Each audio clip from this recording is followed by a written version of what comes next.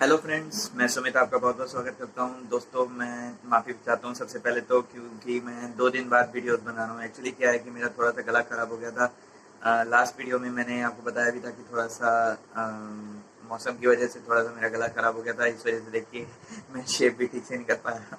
पहले मैंने अपना गला ठीक किया, उसके बाद जाके आज मैं वीडियो बना पा रहा हूँ। और कुछ मेरे घर के काम भी थे जिसकी वजह से मुझे टाइम नहीं मिल पाया। सो लेट्स स्टार्ट कि हम अपनी नेक्स्ट वीडियो अब स्टार्ट करते हैं। आज जो मैं वीडियो लेकर आया हूँ उसमें मैं आपको वीडियोस के कुछ इफ़ेक्ट्स के बारे में बताऊंगा, जो बहुत ही बेसिक आप कह सकते हैं इफ़ेक्ट्स है। क्योंकि बेसिक क्या होता है कि आप कोई भी वीडियो बनाते हैं तो वीडियो बनाने के लिए आपको चाहिए कि आपकी वीडियो एक जगह से स्टार्ट हो रही है, दूसरी जगह पे जा रही है, या फिर आप किसी वीडियो को या फिर किसी भी इमेज को या फिर किसी भी कंटेंट को आप मोशन देना चाहते हैं, तो मैं वही चीज़ आपको बताना चाहता हूँ। मोशन एक जगह से दूसरी जगह पे जो कंटेंट को शिफ्ट करना होता है, जैसे मेरा ये हाथ है इधर जा रहा है या इधर जा रहे हैं, तो इस तरीके से मैं चाहता हूँ कि आपको प्रीमियर में आपको बताऊं कि किस तरह से हमारे ऑब्जेक्ट्स जो हैं वो मूव करते हैं, मोशन करते हैं, या फिर और कौन से इफेक्ट्स आते हैं। तो आइए स्टार्ट करते हैं, अपनी चलती है कंप्यूटर स्क्रीन पे।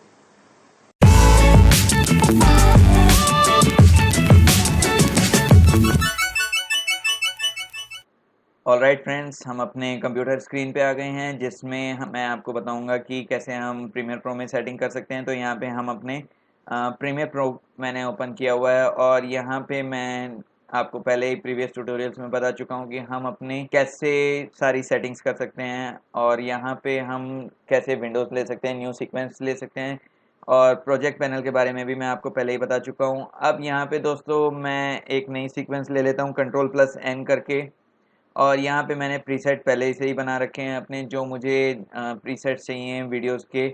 तो आपके ऊपर डिपेंड करता है कि आप कौन सा प्रीसेट सीक्वेंस का लेना चाहते हो। तो मैंने यहाँ पे अभी हाई डेफिनेशन 1080 पिक्सल्स 30 फ्रेम पर सेकंड का मैं लेना चाहता हूँ, और मैं यहाँ पे सीक्वेंस 1 कर देता हूँ।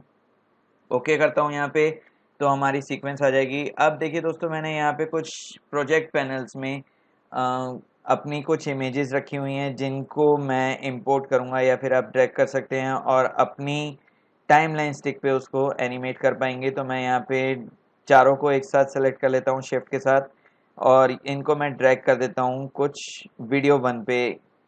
ये विजुअलाइज होती हैं दोस्तों, इसलिए वीडियो 1 पे ही आएंगी। ऑडियो ट्रैक पे आपकी ये चारों आपकी इमेजेस नहीं जाएंगी, और वीडियो ट्रैक पे ही आपकी आएंगी।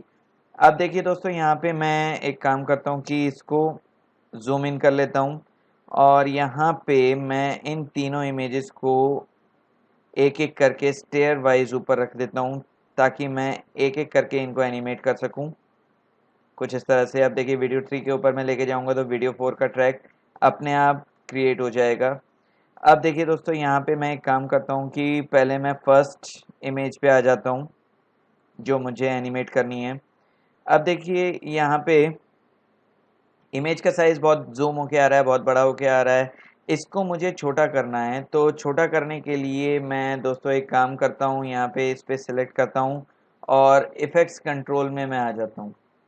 इफ़ेक्ट्स कंट्रोल में दोस्तों हमारे पास कुछ ऑप्शंस आ जाते हैं, जो हमारी वीडियो को या फिर हमारे कुछ ग्राफिक्स को मोशन देने के लिए, या फिर आप कह सकते हैं एनिमेट करने के लिए हमारे पास ऑप्शंस आ जाते हैं। जैसे मोशंस के हैं position, scale, rotation, anchor point, या फिर ओपेसिटी, जिसमें हम ब्लेंड मोड भी सेट कर सकते हैं, और टाइम रीमैपिंग, जो आगे की क्लासेस में मैं ज़रूर बताऊंगा आपको। आज हम सबसे पहले देखते हैं स्केलिंग पोजीशंस वगैरह। तो देखिए दोस्तों, यहाँ पे एक चीज़ और होती है कि मैं स्केल सबसे पहले आपको बताता हूँ। स्केल मैं छोटा बड़ा कर सकता हूँ अपने ऑब्जेक्ट को, चाहे वो इमेज हो या फिर कोई वीडियो हो, तो उसको मैं छोटा बड़ा कर सकता हूँ। यहाँ पे 100% दिया हुआ है, या 100.0 पॉइंट्स दिया हुआ है। इसका मतलब हर कोई चीज़ जो अपने आप में परफेक्ट होती है या फिर अपने आप में फुल साइज होती है, वो 100% ही होती है। तो उसके लिए आप एक काम कर सकते हो कि मेरी इमेज जो यहाँ पे आई है वो इस समय 100% दिखा रहा है, लेकिन मैं चाहता हूँ कि मेरी फुल इमेज दिखाई दे, इसलिए मैं इसको छोटा कर देता हूँ। मैं इस पर क्लिक करता हूँ और मैनुअली टाइप कर देता हूँ 40 पॉइंट तक। तो ये देखिए दोस्तों, छोटी हो गई हमारी इमेजेस। अब अगर मैं इस इमेज को मैनुअली या फिर आप माउस पॉइंटर से करना चाहें तो इस पे जाके क्लिक कर दीजिए, एक हैंड बन के आ रहा है और एक राइट साइड और एक लेफ्ट साइड में आपका एरो बन के आ रहा है, जिससे आप ड्रैग करके छोटा या बड़ा कर सकते हैं इमेज को। मैं और जितना छोटा करना चाहूँ कर सकता हूँ। मैं यहाँ पे कर देता हूँ 32 या 33 करूँगा, हल्का सा और बड़ा हो जाएगा। तो ये मेरी इमेज जो पूरी इमेज है वो है। अब यहाँ पे दोस्तों मैं इसको थोड़ा सा पोजीशनेट भी कर सकता हूँ। जो पोजीशन आप देख रहे हैं यहाँ पे 720 और 540, 720 वाला हमारा है एक्स एक्सेस का और 540 वाला है हमारा वाई एक्सेस का। यानी कि हमारा 720 वाला जो है वो जो पोजीशन करेगा वो लेफ़्ट टू राइट या राइट टू लेफ़्ट करेगा, कुछ इस तरह से। और अगर मैं इसको 540 वाले पे क्लिक करके आगे पीछे करता हूँ तो ये टॉप टू बॉटम या बॉटम टू टॉप में जाएगा। तो दोस्तों आप अपनी रिक्वायरमेंट के हिसाब से आप इसको पोजीशनेट कर सकते हो। अब देखिए दोस्तों यहाँ पे एक चीज़ और होती है, रीसेट पैरामीटर्स। रीसेट पैरामीटर्स का ऑप्शन इसलिए दिया होता है कि अगर आपको ओरिजिनल पोजीशंस अगर चाहिए हो तो आप ओरिजिनल पे जाके रख सकते हो। वापस 720 बाई 540 हमारा पिक्सल्स में वर्क आ गया। अब देखिए दोस्तों यहाँ पे एक काम और होता है, आप जो भी ऑप्शन यूज़ कर रहे हैं उसके आगे एक बहुत ही कमाल का ऑप्शन प्रीमियर प्रो में हमें प्रोवाइड किया जाता है, टॉगल एनिमेशन। टॉगल एनिमेशन के ज़रिए हम अपनी किसी भी वीडियो या फिर इमेज को या फिर कोई भी कंटेंट हो आप उसको एनिमेट कर सकते हो। और ये टॉगल एनिमेशंस चलते हैं की फ्रेम्स के ऊपर। जैसे ही मैंने की frame sorry toggle animation on किया तो हमारा एक टाइमलाइन पे की फ्रेम बन जाएगा।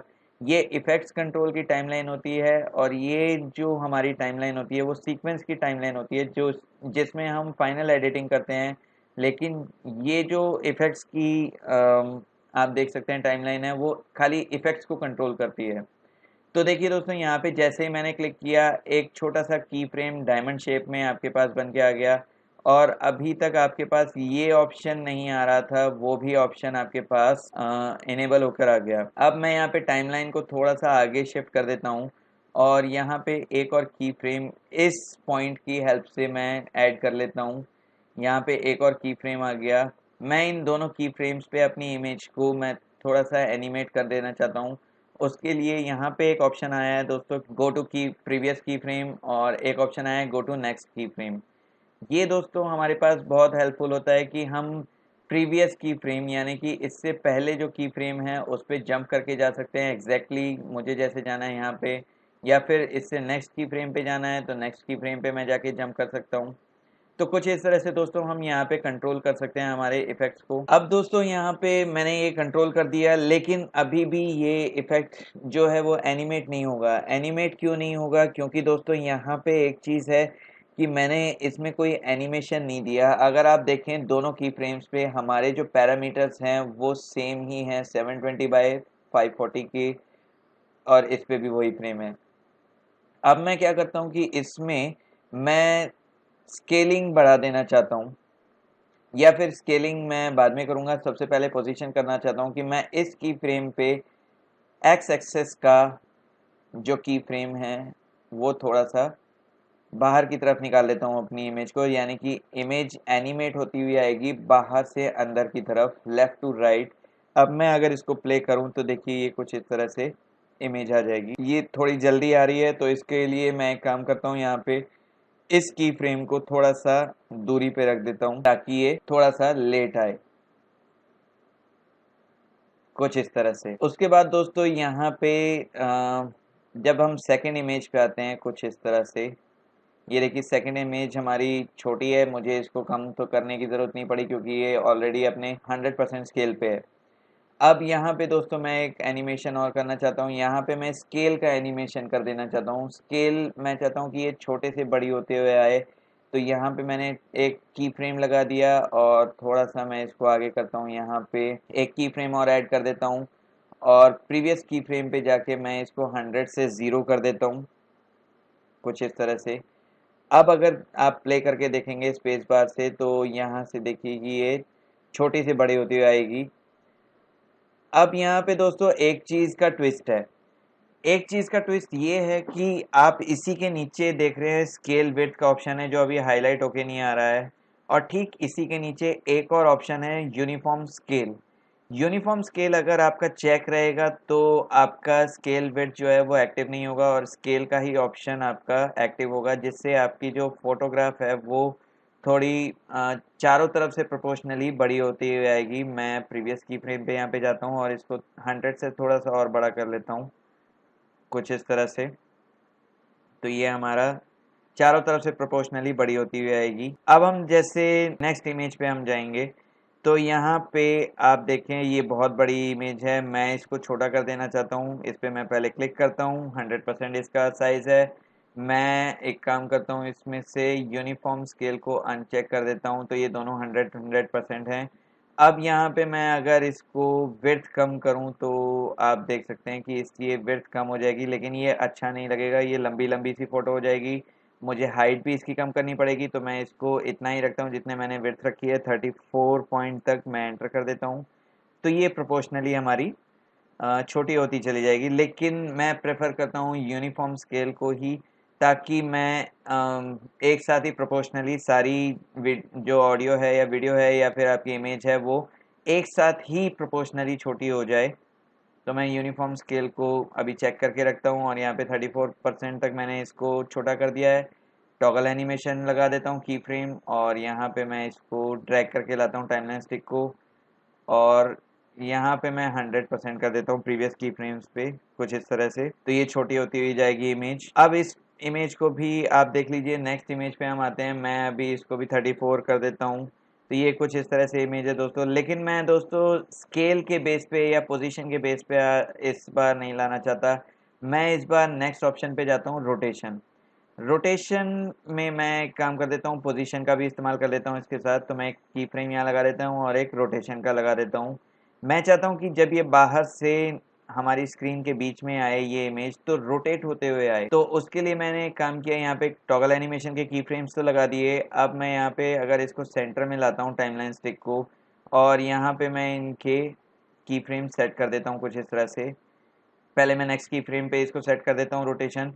मैं चाहता हूँ कि ये 1:0 आ जाए, यानी कि ये 1 रोटेट होके आए, एक चक्कर पूरा घूमते हुए आए रोटेट होकर।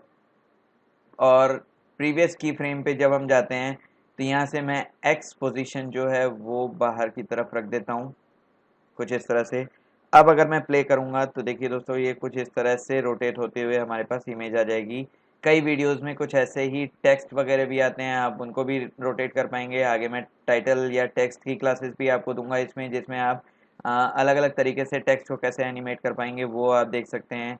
उसके बाद दोस्तों यहाँ पे मैं एक काम करता हूँ, एक ट्रैक 5 पे एक और इमेज ले ही लेता हूँ। मैं इसको ही ड्रैग कर लेता हूँ इसके बाद। तो ट्रैक 5 भी हमारा बन गया, वीडियो 5।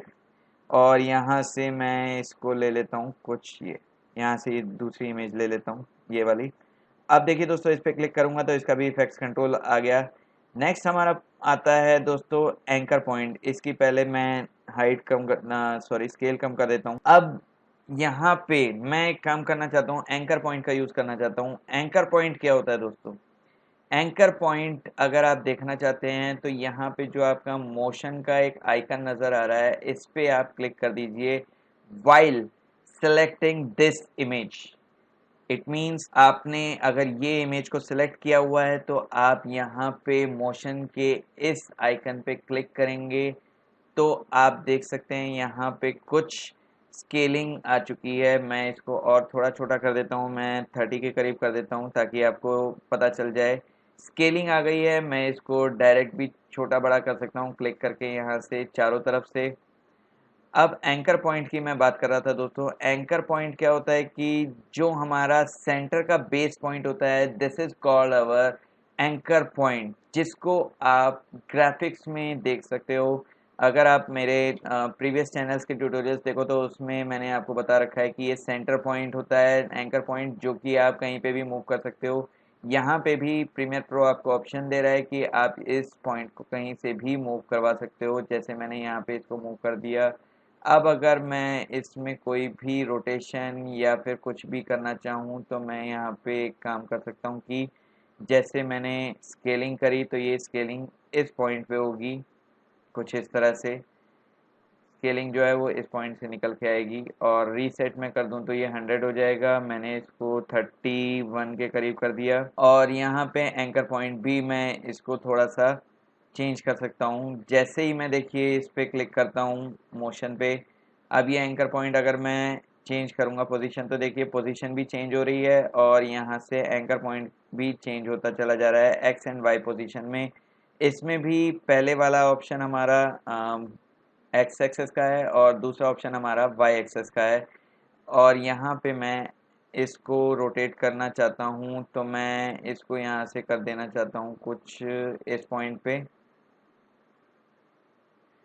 और यहाँ पे अब मैं रोटेशन का टॉगल एनिमेशन ऑन करूँगा और स्केल का टॉगल एनिमेशन ऑन करूँगा।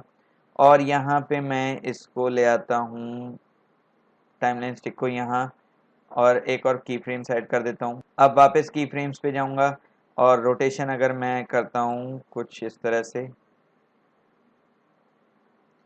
मैं चाहता हूँ कि 2x0 हो जाए ये, तो यहाँ पे मैं 0 कर देता हूँ।